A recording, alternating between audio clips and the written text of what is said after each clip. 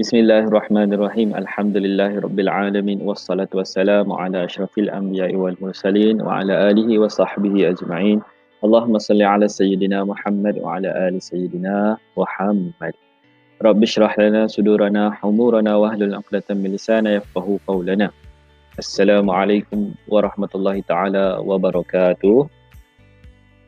Jadi saya berharap murid-murid saya semua berada dalam keadaan yang sihat wa ala afiat.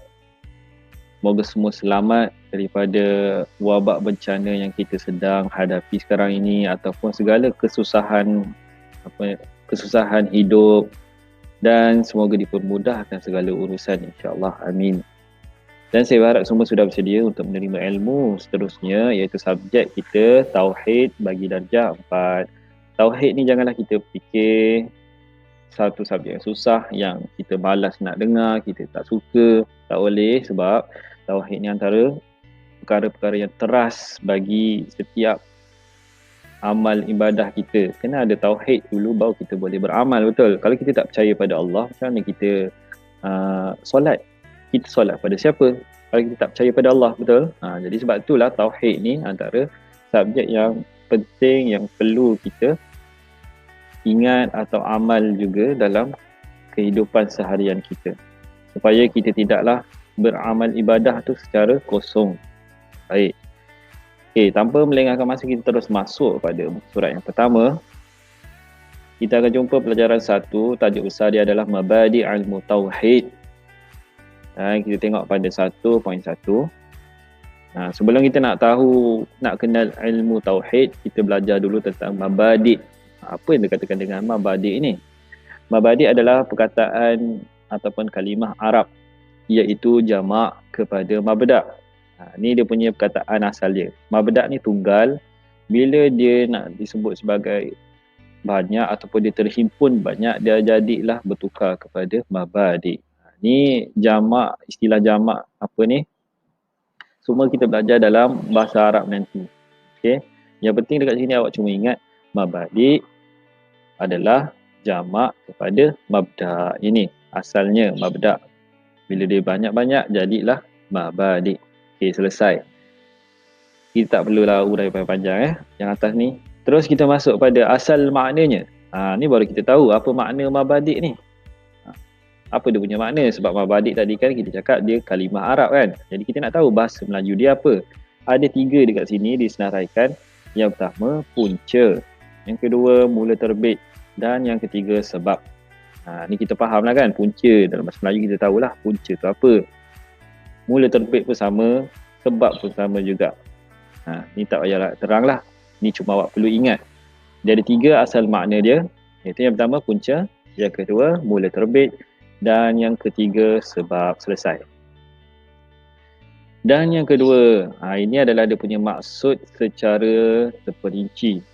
Maksudnya ialah keterangan atau tujuan ringkas sesuatu ilmu tertentu sebelum membaca atau belajar ilmu tersebut. Jadi saya tak naklah awak ingat panjang. 3 yang penting ni saya sudah gariskan, yang ini je yang awak perlu fokuskan. Okey, dekat sini dia kata maksudnya adalah keterangan ataupun tujuan ringkas sesuatu ilmu.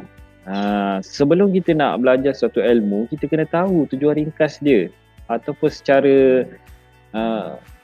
secara ringkasnya kita kena tahu dia punya tujuan, betul tak? Contoh kalau ilmu sains, kita nak belajar sebab apa? Kenapa kita nak belajar ilmu sains? Sebab kita nak tengok keindahan ciptaan Allah ni, kita kena tahulah. Contoh kalau pokok tu, ni dalam cerita dalam ilmu sains lah. Kalau pokok tu, macam mana dia boleh hidup sedangkan dia tu benda yang mati, benda yang tak bercakap.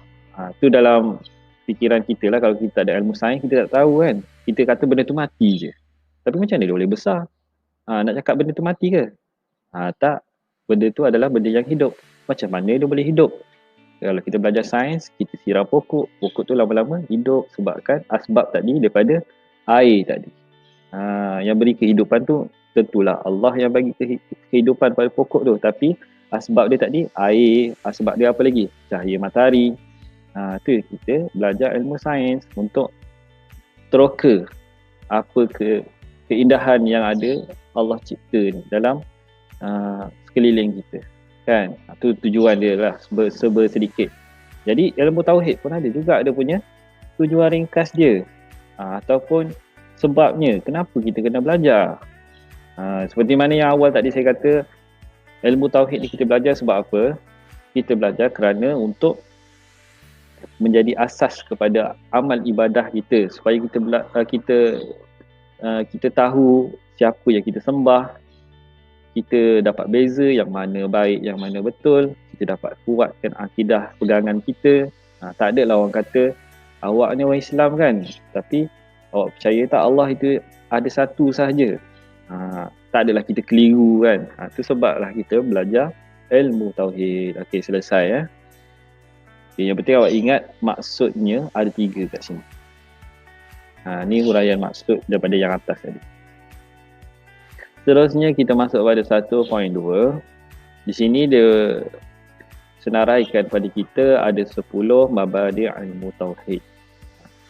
Awak ingat dulu angka 10 ni, ingat je dulu. Mabadi' ilmu tauhid ada berapa? Ada 10 semuanya. Tapi hari ni kita belajar 2 daripada 10 tersebut. Okey. Yang pertama, ta'arif dan ilmu, nama ilmu. Okey, dalam yang pertama ni dia senaraikan 2 benda, iaitu alif dia bagi ta'arif, ba dia bagi ilmu, nama ilmu. Itu nanti kita belajar buka surat sebelah. Okey, sekarang kita fokus pada ta'arif dulu. Ta'arif ni fokus. Yang dimaksudkan dengan ta'arif adalah ilmu yang menetapkan akidah agama Islam yang diambil dari dalil-dalil yang yakin, iaitu mengesahkan Allah yang disembah serta mengiktikadkan tunggalnya disertai dengan pengakuan dan penerimaan ketunggalan zat, sifat dan af'alnya. Ya, ini perbuatannya. Baik, dekat sini banyak panjang ni, tak perlu lawak juga semua. Saya dah gariskan yang penting saja. Makna ta'arif dekat sini yang awak perlu ingat adalah menetapkan akidah agama Islam, iaitu mengesahkan Allah. Ni isi-isi penting lah. Awak senaraikan 2 ni je, awak dah boleh dapat kefahaman daripada ta'arif ni. Tak perlulah ingat banyak panjang ya. Okey, saya terangkan sedikit apa yang dimaksudkan dengan menetapkan akidah agama Islam ni. Okey, kita orang Islam, memang betul kita dah ada title ataupun gelaran Islam tu. Agama, kalau orang tanya awak agama apa, kita sebut agama Islam. Senang kan, kita sebut je agama Islam. Tak pun orang tengok nama kita, ada nama Muhammad sikit ke kat depan, ada nama Abdul sikit ke, kita dah mindset bahawa itu orang Islam. Tapi adakah kita ada pegangan akidah dalam agama Islam? Itu yang dipersoalkan di sini. Awak orang Islam, tapi adakah awak pegang akidah awak tu betul? Adakah awak berada pada jalan yang betul? Jangan Islam pada nama sahaja, tapi akidah ataupun hati dia tidak berlandaskan akidah yang betul, pegangan yang betul. Itulah jadi masalah zaman sekarang. Nama sahaja Islam tapi pegangan tak betul. Itulah yang boleh yang isu baru-baru ni, dia boleh kata bahawa dia punya dosa tu tidak ataupun tidak dicatat kerana tak ada bala atas diri dia. Dia kata apa? Dia pergi dekat satu tempat suci tu. Ni kita tak sebutlah nama dia.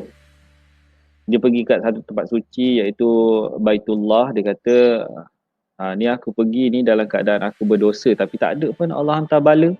Nampak? Dia tak ada pegangan akidah yang betul. Dia percaya bala tu baru menunjukkan dia berdosa. Dia tak percaya yang dia buat dosa tu Allah perhati, Allah dah catat siap-siap dosa. Cuma bala tu Allah tangguhkan dulu. Mungkin kena dekat waktu dia tua, mungkin kena waktu dia ataupun waktu di hari akhirat nanti, kita tak tahu. Jadi tak boleh berpegang macam tu ya. Kita jangan fikir Allah tak datangkan bala, maknanya Allah tak catatlah dosa, ataupun Allah tak nampak. Itu salah. Tak ada dosa ataupun tak ada perbuatan yang Allah tak nampak. Allah dah tugaskan malaikat-malaikatnya untuk mencatat. Tiada satu pun yang Allah terlepas. Sebab itulah kita kena jaga-jaga, kita kena betul-betul pegang akidah kita, seperti mana yang awak dah belajar zaman-zaman awak kecil dulu, waktu darjah 1, darjah 2, awak dah belajar bahawa ada malaikat yang bercatat, kan? Kat situ kita dah tahu bahawa Allah ni sentiasa memerhatikan kita. Dan kita pun tahu bahawa setiap amal sebesar zarah sekalipun, Allah akan kira pada hari akhirat kelak.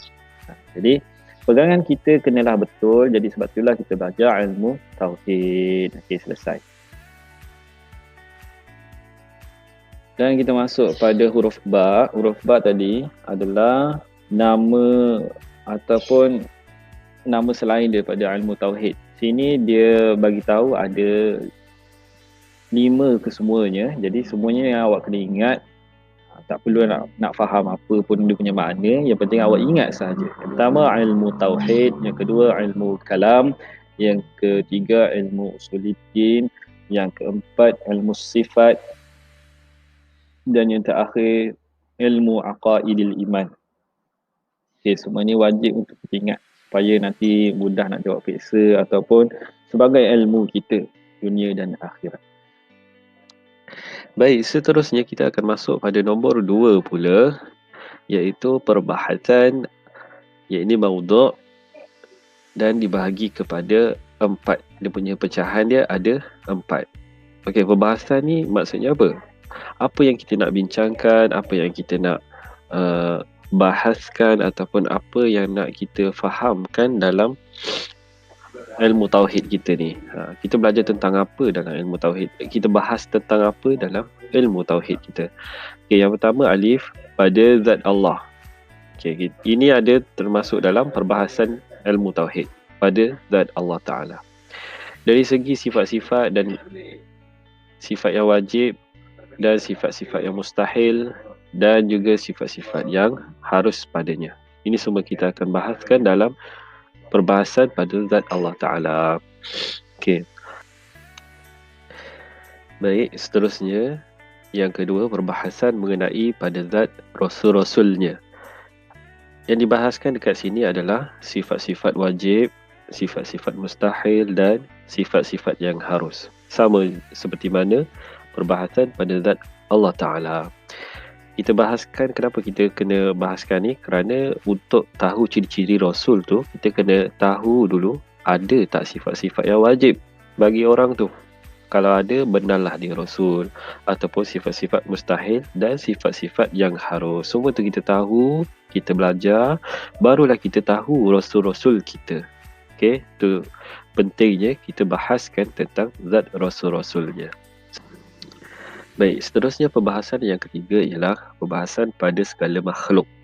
Makhluk ni termasuklah diri kita sendiri sebagai manusia. Lagi kalau kita tengok di sekeliling kita, kita perhatikan, kita akan nampak pula tumbuh-tumbuhan, haiwan, itu semua disebut sebagai makhluk. Kenapa penting kita bahaskan makhluk? Kerana apabila kita bahaskan dari sudut jirim-jirim dan arat-arat, ia akan menjadi sebagai petunjuk dan dalil ataupun bukti atas kewujudan pencipta yang menjadikan. Bila kita tahu makhluk ni wujud, kita tahu juga wujudnya pencipta. Kerana apa? Kerana makhluk ni tidak boleh diwujud dengan sendirinya. Secara akliyahnya, akal kita terima bahawa makhluk ni tidak boleh jadi sendirinya. Tak ada yang kita jumpa manusia tiba-tiba sekelip mata timbul depan mata kita, jadi sendiri. Tak ada. Jadi sendiri ni ataupun ataupun tiada proses kelahiran ni, ataupun tidak sama dengan makhluk ni, hanya pada Tuhan saja. Tuhan je yang wujud dengan sendirinya. Makhluk tak ada. Makhluk semua melalui banyak proses untuk wujud. Okey, baik, selesai untuk perbahasan yang ketiga. Yang terakhir, perbahasan mengenai pada segala i'tiqad. I'tiqad ni adalah pegangan dan kepercayaan berdasarkan kenyataan yang didengar daripada perkhabaran Rasulullah sallallahu alaihi wasallam. Seperti mana Rasulullah pernah cerita pada kita tentang syurga, neraka, dosa dan pahala. Okey, kita pernah dengar perkataan syurga, tapi kita percaya ke? Kita pegang tak syurga ni? Maksud dekat sini, kita beramal dengan sungguh-sungguh tak? Maknanya kalau kita tahu syurga tu wujud, kita amal tak dengan sungguh-sungguh? Kalau kita tidak bersungguh-sungguh dalam membuat amalan, itu tanda-tandanya kita tiada iman dengan syurga ni. Kita tak beriman, kita tak percaya. Sebab itulah penting dalam ilmu tauhid ni kita bahaskan dengan segala i'tiqad ni, supaya kita tahu bahawa syurga itu wujud, neraka pun wujud, supaya tak lakukan dosa banyak-banyak. Termasuklah dosa dan pahala, semua ni wujud. Kerana apa kita wajib percaya semua ni wujud? Kerana ia datang daripada khabaran Rasulullah. Rasulullah ni bersifat yang jujur. Tak ada pun satu perkataan datang keluar daripada mulutnya bahawa dusta. Tak ada. Semuanya adalah perkataan-perkataan yang benar sahaja. Wallahualam. Sampai sini saja penyampaian saya pada kali ini. Tak perlulah untuk panjang-panjang kita bahaskan kerana takut menjadi lebih berat lagi. Nanti kan jam kepala. Betul. Okey, kita akhiri majlis kita dengan tasbih kafarah dan suratul As. Subhanakallahumma bihamdika asyhadu an la ilaha illa anta astaghfiruka wa atubu ilaih. Semoga majlis ilmu kita pada kali ini mendapat keberkatan dan kefahaman yang utuh, dan sama-samalah kita menjadikan pedoman dalam hidup. Wabillahi taufiq wal hidayah. Wassalamualaikum warahmatullahi taala wabarakatuh.